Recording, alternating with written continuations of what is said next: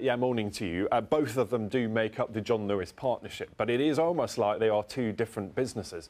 A loss of £35 million, that's for the department store bit, but at the same time a profit of £100 million for the supermarket, for Waitrose.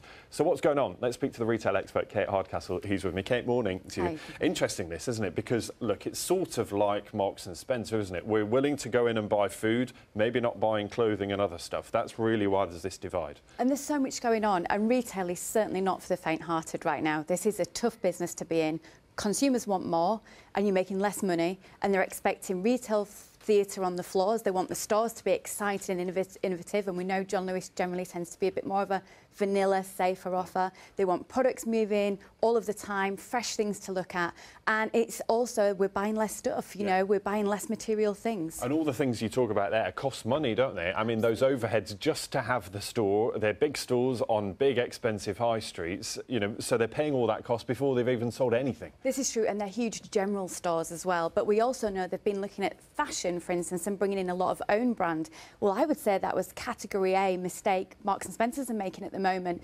People have got so much choice, so much competition out there. Do they want a lot of brands they don't really know very much about, or do they want to be wearing the latest, the best, when it actually comes to their fashion choices? What does it tell us about our shopping habits, that idea that we're still willing to pay a premium for food, because, look, Waitrose is by no means the cheapest food retailer out there, and yet at the same time not prepared to, you know, fork out for clothing and electronics and that sort of thing? You know, where are our priorities as shoppers? We're very changeable as shoppers, and you can't look at a set of demographics or data anymore and say that applies to all. People will go out and treat themselves to some food for a pick-me-up or have a nice event at home instead of a meal out, perhaps, and see that as a cost saving. And so they're going to reach to a luxury brand like Waitrose for exactly that. Plus, Waitrose have been having a big push because they know Marks and Spencer's are going to come into the online food shopping market too.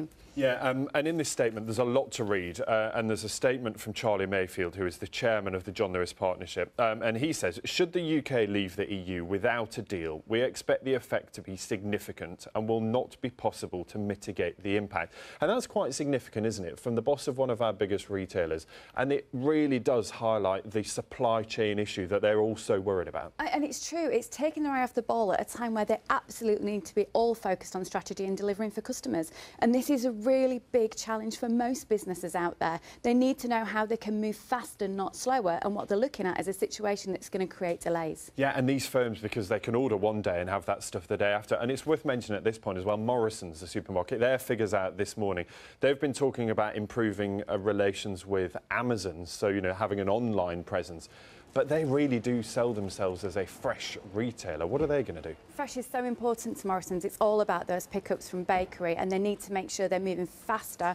Amazon partnerships suggest that. They're on this fix and rebuild strategy at the moment. They're starting to get some traction, but something like a very challenging deal proposition through the Brexit process could cause them more delays and actually make them less of an opportunity with the competition. Yeah, it's interesting, just looking at the figures, I mean, sales falling, but actually profits up pretty significantly, so that turnaround plan seems to be working. And it's all about getting the best value to the customers. Customer, in terms of their choices now, is huge, and they're using those choices wisely.